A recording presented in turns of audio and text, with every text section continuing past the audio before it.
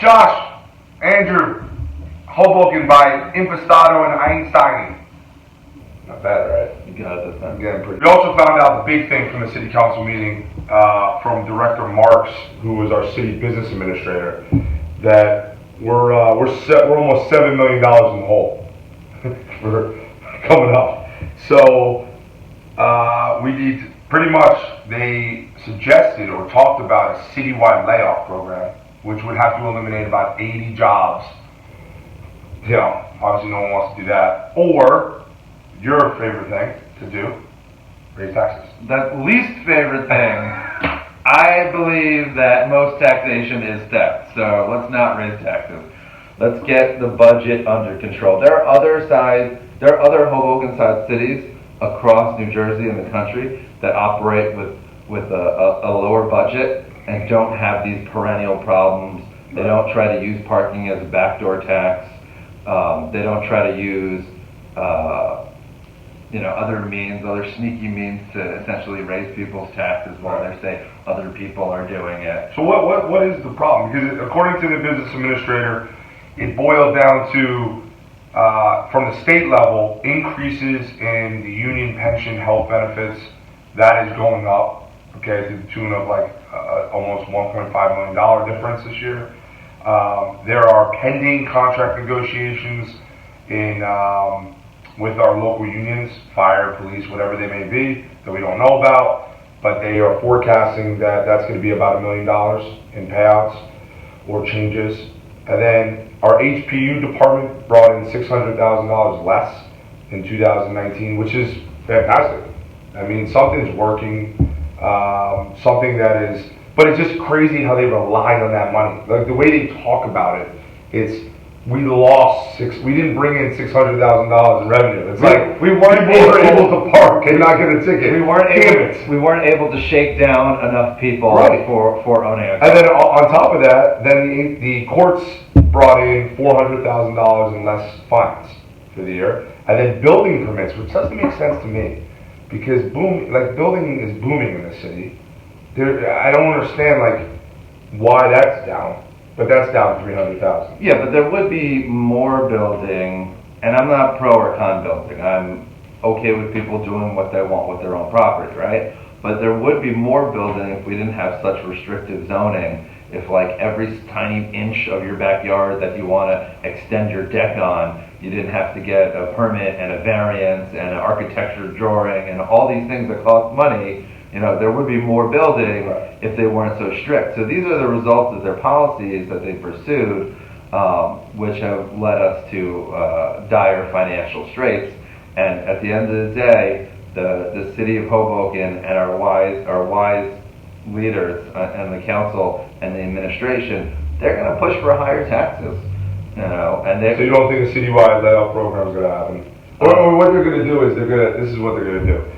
The mayor is going to say, oh, we need to lay off 80 people. Then the city council is going to go, oh, no, we can't do that, right?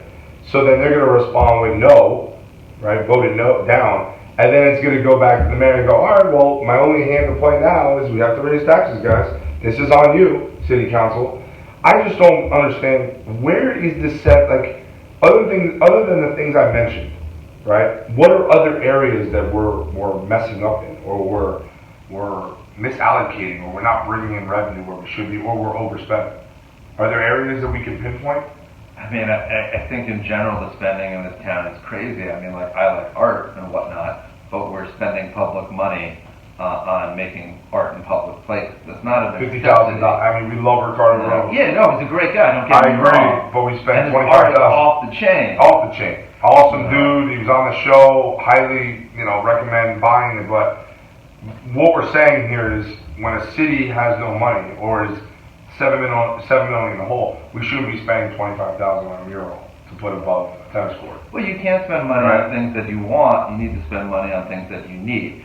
And listen, I'm against public sector unions. They shouldn't exist. Unions were created to get the worker the fair share of the profit from a business. There's no profit in the public sector, which is why both Franklin Delano Roosevelt and the original board members of AFL-CIO said there should never be public sector unions. There's no profits from the taxpayer. But before we start firing anyone that works for the municipal government, all right, in a role that actually serves the public, Right. we should definitely let go of the political positions in City Hall. Right, now there was a realignment. Those are the least priority. I think there was that realignment. They got rid of the titles Yeah. of chief of staff and assistant deputy chief of staff, Now- so that it looks like they're actually fulfilling some sort of important civic and civil government Do role. you think those are a waste of time and money? I think, it might be okay for a city to have them when they're flush, and not flush on the backs of the residents.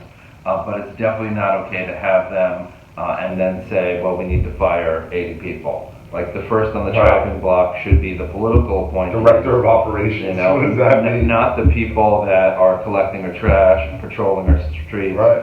or, putting out fires.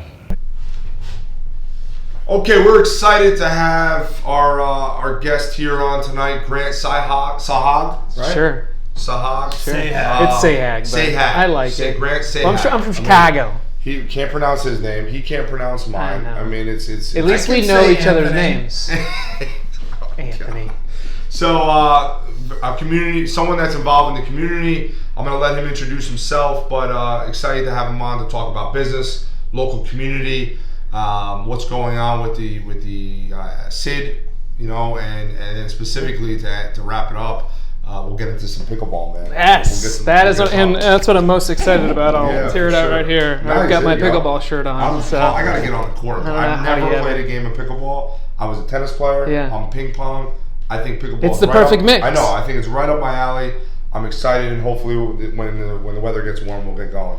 So, Grant, just introduce yourself. Tell us how you got here, how you found Hoboken, and, Sure. And what you're doing. love it. Well, I always see you over at the old Northwest Park when you're coaching the guys at basketball. Basketball, right. But you don't have enough time to come over and play with I us. know, So I know. you got to stop doing so many things. That's true. So my name's Grant. I've been in Hoboken for 6 years. I moved here kind of by mistake. I was supposed to be in the Jersey area for about 6 months. I was with the tech startup. We were building a facility in Elizabeth, and my sister-in-law was like, check out Hoboken. So it was not like on purpose I ended up here, and then I was planning on leaving, just staying here, build the facility, move back to Arizona, but I fell in love with Hoboken That's where you're from? very quickly. I'm from Illinois. Okay. Moved to Arizona in college, went to school, University of Arizona, Arizona Nice. State Law School, and ended up here. And very quickly, the charm of the walking city, sort of the 4 or 5 story brownstones, it's pretty easy to fall in love with the town. So what sort of tech thing were you setting up in E-Town? Yeah, so it was a clean tech company. So we were recycling chemicals, specifically a chemical called glycol. So we were building this sort of $10 million facility. It sort of had gone awry, and the CEO at the time had asked me to just fix the problem. And so, being in Hoboken, quite frankly, I think it's pretty easy to get involved in community if you want to, right? Some people treat it as a bedroom community, but if you really want to dig in, like, it's the perfect size town to get involved and have like a significant impact. But because I was building that company at the time, I didn't get that involved. I got involved with my church community, but not involved as broadly as I am now. But eventually I was the CEO of that small publicly traded clean tech company, got pushed out by the board, and then had an opportunity to really dig into my neighborhood. In 2017, there was a murder in the housing authority. A young man named Adrian Rivera was shot and killed. It was obviously devastating for this community. Obviously, that was the most sad part about it, but what was also sad is that I live right next to the housing authority. I live at 218 Jackson. I didn't know Adrian. I didn't know anyone that knew Adrian, right? And I said to myself, I live in this square mile town, but I don't know my neighbor. And so that spurred me to get involved, reach out to Ruben Ramos, who's my ward councilman, and that precipitated 4 or 5 of us to go to a city meeting and say, we need to get to know our neighbor. Led to a bunch of things. Fast forward to today, it led to me and my involvement in sort of 3 or 4 different ways that I engage in community. One is through a community dinner that we host every month, 100, 150 people, really awesome. Pickleball, and then have gotten really involved in the business community. A lot of the things, I believe that entrepreneurship is sort of the tool for people owning their lives. And so most of the things I do sort of filter towards how do we get people together to spark collaboration so they can build cool things together. And normally that's through an entrepreneurial venture. So I think I'm against pickleball because it's not tennis and it's not ping pong. Make up your mind. Stop sitting on the fence. But I want to hear, like, how do the community dinners work? Do people bring? Is it like a giant potluck with 100, 150 people? Do you have to sign up ahead of time? Where is it? I mean, especially for like anybody that's listening or watching, you know, like. How could they come to it if they wanted to? What are the things that they need to know? Yeah, I mean, people reach out all the time. So to be clear, like everyone is invited. We get people from the Housing Authority. It's held at 221 Jackson, which is a Housing Authority building. Right. It's in the community room. And so it's open to the public. We have people that, we have homeless folks that come. We have people from all sorts of churches, the Board of Education. So there's a wide swath of people that come. It's a potluck. So what I love about this dinner is it's not sponsored by anyone. It's literally sponsored by the neighborhood that feeds it, right? Yeah, and so it's this concept of like everyone comes to the table and shares a meal. And so where I think is really interesting is when we started to see the people in the Housing Authority start to bring food themselves. That was a real hallmark to say, like, we are starting to build real relationships. So yeah, 221 Jackson, it's the second Monday of every month. It's a potluck dinner. People bring amazing food. You don't want to come to the dinner when I have to step in and sort of fill the breach and make food, but it's been really cool. I've been to one. I was lucky to come to one. Right when I became a housing commissioner, I was like, I gotta get to one of these. Fantastic, man. Just, you got local police there, local council people. Like you said, every geographic diverse area of this town is present, and sky's the limit. Like, it just could keep getting bigger and bigger.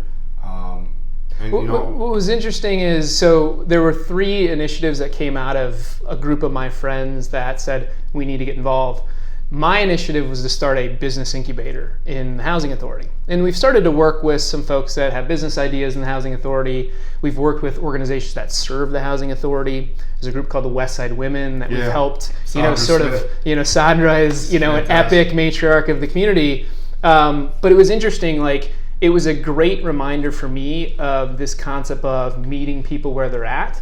And instead of coming in and being like, oh, this is what I think you need, what we really needed as a community was just sharing a meal together. And so I wrote an article about this the other day, and I thought giving people the tool to build a business was going to be like, some sort of magic, bean. But really, the meals are what's so impactful, because we have to meet and learn who people are before we can identify what they want to accomplish with their lives. And so it's been really cool to see how that has been organic. What's the entrepreneurial incubator? What's going on with that? Anybody? Yeah, so right now it's an ad hoc incubator where anyone that lives in the Housing Authority or serves the Housing Authority complex, they get matched with mentors and put through the often funded and that sort of thing. So is it a nonprofit? Yes, it's run through a nonprofit. We just launched a nonprofit RFP for seed money. Cool. You guys should apply, and we're trying to get different nonprofits to activate our youth. We're gonna, is an application, you submit it, and then we're gonna be giving small seed money. Love it. A couple $1,000 to give out to these nonprofits to. That's awesome. Initiate. Funded by the Housing Authority. By the Housing Authority. Yeah. Nice. We had I don't want to get too into it, but we had a group of a portion of funds that was going to one area. We kind of took that, and now we dispersed it into. Now it's going to go out to all these different nonprofits. That's great. To see what we can get. That's great. Whether it's football, whether it's coding, karate, different activities where hopefully get people involved. Love Ray. So we'd love to. I mean, that fits right in the wheelhouse. Yeah. To get you going. That's great, man. What specifically being in Hoboken, being a business person, what are your ideas or comments, reactions to the newly founded SID? Yeah. I know you probably know about it. Do you think it's the way it's structured right now would be beneficial? Should it have only been one area of the town to start? Yeah. And kind of, what are your thoughts on the whole plan? So I don't know if you know, but I was actually on the steering committee to form the SID. I did not know that, so that's it's perfect. Yeah. So, man, I mean, we started 2 years ago, and look, I think that there is definitely an aggregation concept that needs to happen. Ideally, I think we'd have an economic development department within, the government, right? Not just a quasi-governmental or a private entity that is facilitating, citywide initiatives. Generally, I'm a supporter of the SID. I mean, I was on the steering committee. I wouldn't have been on it if I wasn't a supporter. But it's not the silver bullet, right? I mean, my group has done a lot of local research, and the statistics show out that we need it, right? So there's a 13% vacancy rate along Washington Street as of June of last year. The whole strip. The whole strip. Yep. 13%, right? So that's 40 locations out of the 300 some odd that exist. Yeah. That is almost double the rate in New Jersey as a whole, and it's 2.5 to 3 times the vacancy rate of the boroughs, right? Any of the boroughs of Manhattan. And those so, are good numbers. Yeah, so like, good numbers to know. I didn't know those numbers. I mean, significant, Yeah, right? for Like, sure. so there's something wrong. It's not. So because you have to ask yourself, like, is it just a broader retail economic issue, or is it specific to Hoboken, right? So we've got to start and look at the market and say, is it a Hoboken market issue? And so it certainly is. And so there need to be things that are done. And I do think that getting a aggregated group together to start being thoughtful about how we market as compared to the surrounding municipalities makes a ton of sense. So what happened to the Hoboken Chamber of Commerce? Yeah. Like why weren't they the vehicle for business owners to go to the city council and say, this is where the red tape is, this is where your policies that are preventing the storefronts for opening up. Where was the council? Where was the chamber? I mean, so they had a seat at the table on the steering committee. So Greg Delaquila, Sure. who was the president of. He's like the He's the on the godfather at the top. Sure. But like someone else is running it now. So look, he is a part of the current board of the Hoboken Business Alliance, the SID, right? So he's involved, and so they support what the SID is doing. The difference between the chamber and the SID, I mean, 2 factors. One is the funding, right? So the funding is the major delineation of ability to have impact on what the SID is trying to do. Because of not enough funding at the chamber, what they focus on serving their chamber members, right? And so number one, it does not cover all of Hoboken, right? And so it covers anyone that is a chamber member. Yeah. And so it costs money to be a chamber sure. member. So who your stakeholders are servicing those individual businesses, rather than, in my mind, is being able to spend as much time on macro issues, right? Like so what a lot of those events become, and I'm speaking a little bit out of term, is it's about making sure that there's a referral network between the peoples that are part of the chamber, and you're driving revenue for those individual businesses, which is a different issue than sort of macro sort of economic development. I don't take an issue with what you're saying, but I think what you just said goes to the crux of my issue with the SID, which is that it costs money, when you just said that. And you have these business owners in town, some successful, some struggling, but especially the successful ones, they're willing to spend money on their business, Sure. Which I don't have a problem with. It's their business, God bless them. But they haven't been willing in the past, and they're not willing in the future to pony up to do the things that they want without also squeezing some of Hoboken's hardworking taxpayers already.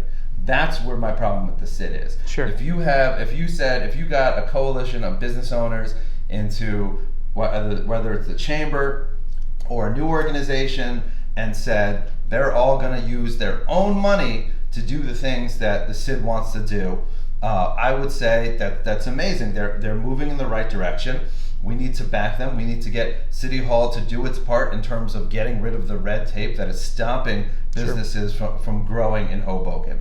But when you have these business owners that say, we're going to force other people to pay for what we want to do with their money, the same abuse that they've gotten from City Hall, they're then going to direct to other people. That's not okay. I mean, I get your point, right? Like, I am not for sort of carte blanche government funded programming, right? Like I believe in the private sector. Do you believe that Hoboken should have an economic development department? No, I think we need to advocate. Anytime you try to, not anytime, but most times in history, when you engage in central planning, there's a massive opportunity for institutionalized and systemic corruption, sure. Waste of money. Sure. I mean, we've seen with what little our city actually does. We were just talking about the budget. There's $7 million in the hole. Yeah, I don't know. So I don't want to give more power to government on any level, even when it's the people that I like. Yeah. Because if it's the people I like this election, it might be the people I don't like the next election. Sure. And even the people I like, they're human. So sure. they're going to be tempted for at least a little bit of like systemic corruption. So I get that point, but here's what's a little bit different with the SID, right? Like it's run by a 15-person board, and a vast majority of them, a super majority, I believe, are private business owners, right? So it does counter some of your issue. It doesn't counter the taxpayer funding, right? But you have gotten buy-in from the private sector to some degree. I don't have a problem with people voluntarily coming together, working on their shared issues, sure. Whether it's a private sector union or a business association. Sure. That's what America's all about, free association. Sure. It's awesome and it's good, and even when I disagree, which obviously I don't disagree with, economic development. Sure. But even when it's people organizing for something I disagree with, like a left-wing cause or whatever, I love the fact that people are organizing amongst other people with shared interests. That makes our society vibrant and it's healthy and it's good. Whether it's a business thing or the community dinners, right? Like you need to have that intercommunal dialogue between people as people. But when you say we're going to squeeze Peter to give to Paul, then I'm like, homie, don't play that. All right, so we have it. The SID is here, right? What is some of if you were running it, what is your suggestion? What are your ideas? How do we now spend this money? Wait, are you still on the board? So I'm no longer on the board. So I wasn't even eligible because I'm not a property or a retail storefront owner. Oh, those are stipulations. Those are requirements. So Eugene Flynn is running it? So he's the president. Is he getting paid for that? No. Okay. I believe the only people on the payroll will be the executive director. I believe the interim is the gentleman that led our sort of process. Is that the guy that spoke at the city council meeting? Stuart. Okay. Now I don't know that for sure. He was pretty informative and aggressive about it. Talking to Councilman Russo. Did you see that interaction? Oh yeah, I thought he was full of it.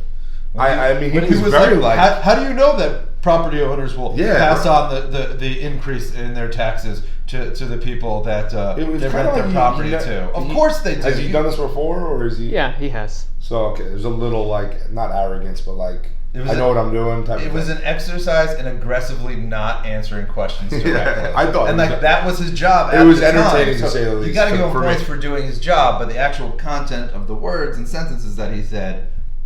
Right. I think that's fair. Yeah. So where do we go? Right. What's the number one thing? Yeah. Let's say you're Eugene and you're like, guys, this is what I think we should do. I mean, look, I don't have the answers. Just back to one of your general points. We needed to take a shot. Okay, whether or not you believe in it or not, there needs to be something more centrally aggregated, and we need to develop a brand for Hoboken. I just don't want to I feel like we're so exposed right now to in 6 months from now, where we're like, why did we spend the money on that? Sure. And that's what I'm so worried about. Is that I hope and I trust these people are going to be able to do the right thing. Yeah. But I've already had a conversation with Eugene. He said that we're planning something big, and it's from a visual standpoint, right? And that's going to be our we want the residents to see this thing. Yeah. And then we're going to, so they know that our money is being spent. So I think it kind of scares me. We have a brand. Frank Sinatra, mural. Hoboken, a giant holographic projection of Frank Sinatra. Dude, I wouldn't put it past us. Okay, we have a brand. Robbie Balla. We have a brand. Balla. Right. We have a Welcome brand. to Hoboken. People flock to Hoboken. It's part of our Is it properly communicated? It's part of what fuels. It's organic, right? It's part of what fuels some of our foibles and our problems, our thick ass population. I mean, I think I just made everyone sound fat, but I meant like our density of population, right? And our traffic issues, right? But like we have a brand. We are a magnet for people in the region to come here. The problem is with City Hall, because obviously people want to move here. It's a question of why more than just the death of retail is retail in Hoboken suffering, and it's who makes the rules that affect them. It's City Hall. Sure. So I mean, listen, if the Hoboken Business Alliance, it's called the Alliance, right? Yes. If they want to take a bulldozer and destroy City Hall, I will stop all objection to them and hold them a parade. Okay, got buy cigars, not a problem. But that's where the problem is, and I think maybe I'm not saying the HBA will do necessarily bad things, even though I think they're born in sin. But at the end of the day, it's going to be. I mean, the problem is that we're run by people that put us $7 million in the hole, and we're a wealthy city. Sure. Yeah, look, so, I mean, right now, at least as the budget was proposed some time ago, and again, this is not up-to-date information, 25 to 30% of it was going to go to marketing, okay? True marketing to... City of Hoboken marketing. Yep. Right. 2 was going to be, 25% was going to be focused on visual improvements. Okay, so those are like extras, planters, beautiful. You're saying our people are not good looking? Beautification. They go to the gym a lot. Will you still be here by that point? I'm not going to I'm not going Thick ass. With the like the electrical boxes, you got putting something on there. Yeah. And then what else? I mean, what I think 5 to 10% is on staffing. So there's an executive director and maybe some support staff, right? So that's if it's 1.3 million, you got 130. I mean, just like we're spending 10% on paying someone to allocate our, Well, but look, that's business, guys. Do you have those people yet? No, because I might change my stance on the HBA. But HBA. you're saying Eugene or like this board can't do that? Volunteers? No, I think if you're going to have a $1.3 million budget, guys. Let's have a full-time person running it, right? Right. I mean, most of our small business in town. Does that person live here? No, that's Stuart, right? You couldn't find, but that's the other thing. Well, find a resident I believe that cares about. I believe, and I don't know this for sure. I believe he's an interim director. Okay, so he's kind of in place until we find someone. All right, hopefully we can find someone that lives here. I'll do it for 1.2 million. All right, deal. I'm not here to make a deal. Right. I don't have the power. Let's make a deal. So look. What's the rest? I don't remember. Okay, quite so frankly. we're at like 60%. Right? And again, I don't speak for the HBA. Yeah. I'm just giving you some context to what I knew when we proposed it. So your question was, what should we do with the budget? What do you see our problem? You're a smart guy. You're a business guy. You've dealt with fixing other companies' problems, right? Yeah. So you look at Hoboken as a whole. What's our top 3 problems, and how do we spend some of this money on to address those problems? I mean, I think the biggest thing is squeezing more blood out of the turnip of existing events, programs, and traffic we currently have, right? So if we take a micro example, look at that soccer event, that international soccer event that Juventus. The Juventus or Juventus, Leo. Right. No, or is it a Spanish? It's a Spanish club, isn't it? I thought it was Italian. Leo Pellegrini, right, runs that club. Event on the waterfront. Yep. Thousands of people from all over the world come into Hoboken. They go to the W, and none of them go to any of the rest of Hoboken. Okay, so that is anecdotal information, right? When I talked to Megan at Washington General Store, okay, who's on the board, you think that she sees traffic on 5th and Washington to her store? She doesn't, and the reason why is we don't have anyone centrally communicating. If you're going to come and spend $100 in Hoboken, number one, don't just spend it along river, right? Yeah. Understand what is in the rest of the town, and let's get you to spend $250, right? And so that is like a great micro example of taking a macro sort of marketing effort to think about who are all those people that come into our town and how do we maximize the spend that they have. Another example, DraftKings has an event in town where they bring in, and I think they have an office. Yeah, DraftKings. their headquarters are here. They have an on the office, water. or is it in Jersey City? No, their headquarters, DraftKings, is right here. Okay, so again, they're bringing Same in building as Walmart, or they're bringing in all these athletes, right? So they have an event at the Pilsner House. Yep. Athletes are coming. Giants They're running going to back, do a whole yeah. thing, right? Yeah. Who is thinking through not only how are they spending money at Pilsner House, but then how are we getting people to go, whatever, patronize the rest of that area? And so we have all of this latent potential, I think, in our town because there is an attraction. But the bottom line is that we don't know the data associated with who is spending money, where, why, and how. So that's number one, is a retail market analysis to understand who's coming into our town, how are they spending money, and how can we maximize revenue for the community, right? And then number two is taking existing events and programming that is already there and figuring out how to develop a plan around that. Look, the macro stuff that they talk about is we're going to spend $300,000 on marketing, we're going to spend $300,000 on visual improvements. Like, that's all well and good. But from a very specific, tangible next steps, I believe it's data. Okay, it's data. It's maximizing existing assets we have in this town, and then thirdly, it is one of the biggest things I want to make sure the Business Alliance is focused on is using technology in the way that they help to drive value, both in the way they communicate about Hoboken, but also to help the small business owners, educate them about how technology can change their business. Yeah, because if you ask me, I wouldn't think that marketing, I feel like people know Hoboken, right? I don't see putting up Facebook ads for Morristown or Southern Jersey, be like, hey, come to Hoboken for a day. I think Hoboken has a brand, you said, and we know what it exists in Hoboken. I almost think those people that know what Hoboken is don't come here because they know that it's so hard to come here. Yeah. Right? Whether it's the parking, whether it's the traffic, whether it's the long lines at restaurants, whatever it is, they're like, oh, where should we go to dinner tonight? Oh no, we can't go to Hoboken. We're gonna get towed. Right? Yeah. So they go to Morristown. They go to Jersey City. And that's why I think that Red Bank. The targeted marketing, however it's done, and I'm not an expert marketer, should be on New York City, getting them to come on mass transit, okay, and spend the day in Hoboken, right? Cool. Yeah. And so I do this a lot, right? I now work in the city for another tech company, and one of my goals is to build the bridge between New York City, just personally, right? I spent a lot of time doing this incubation stuff. And when some of my colleagues come into town, they've never been here, and they're like, holy shit, this is a really cool town, right? It's just super cool. And so that's where the money needs to be spent, is on advocating for more New York City people to come, which then helps a little bit with the parking issue. Don't involve cars. Yeah. Exactly. Right.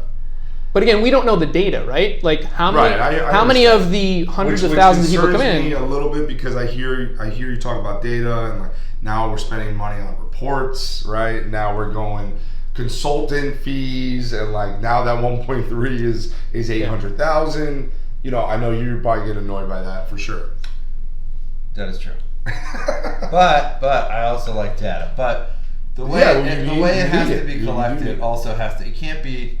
It's very hard for me to see data collection that I find to be unbiased, because methodologies are often self-selected. So if someone likes something, they're going to be more inclined to fill out the survey that relates to it, right? And I've seen this in my involvement in Jewish communal organizations, where every organization wants to show that to its donors and its potential donors the positive impact that it's having. And this isn't exclusively in the Jewish community, just where I'm most familiar with it. Sure. And it's everyone, you're only sending out the survey. You're sending out the survey to a pool of people that are inclined to respond positively to all the questions. Then the people that are going to self-elect to fill out the survey are going to be the ones that want to boost the organization or make it seem like it has an outsized impact. And then the contents of the survey itself, like what you're saying with the scooters, is oftentimes slanted. So I think there's a scientific process for a good survey methodology for collecting data. Sure. And I think most organizations, government or nonprofit, choose to just the hot air and the balloon method. Yeah. Just to make themselves look But better. look, and I get it, but we can throw the baby out with the bathwater, right? And so the baby here is, we don't even have a baby, right? Like the baby doesn't even exist right now. But we have bathwater. We do have a lot of dirty bathwater, right? And so we've got to make sure the baby's there, and so we can say the data could be used the wrong way, but at least let's have a baseline, guys. I spent personally, okay, $300 to go collect a bunch of data on Washington Street. That's why we have the data about the 13%, right? Funny. Like, how funny is that? I spent $300 asking a couple people to go walk up and down the streets and collect it manually. Like, first of all, I shouldn't even share that. It's embarrassing to share that. Like, there's better ways to collect data. But the point being is, like, this stuff, one, it's not that hard. Two, no one else has the data except me, okay? And now you. But the point is like, we have to at least aggregate something so that there's some, embryo, so we can then have a baby and then figure out if the bathwater and the baby should be there, right? The biggest sort of takeaway is like, number one, like everyone needs to support those businesses in town, right? Shop like local. not just shop local, but like shop local if you like it, right? But get to know our business owners in town. Walk in and get to know your neighbor. I think entrepreneurship, I think that small business is the most important institution in our community aside from a strong family unit, right? Yeah. I think what you can do as a small business owner and the impact you can have on the people around you financially is like none other. The bigger the corporation gets, the less control you have over having like true influence on the people that work directly with you. And so I would advocate for everyone to, number one, like get out and not only go and shop, but figure out who the business owner is. Because those are the ways that really cool things are going to happen and collaborations will happen.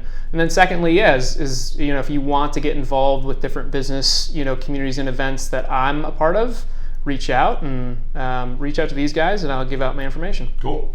Thanks a lot for your time, man. Pleasure, guys. Thanks. Definitely a good conversation. Thanks, John.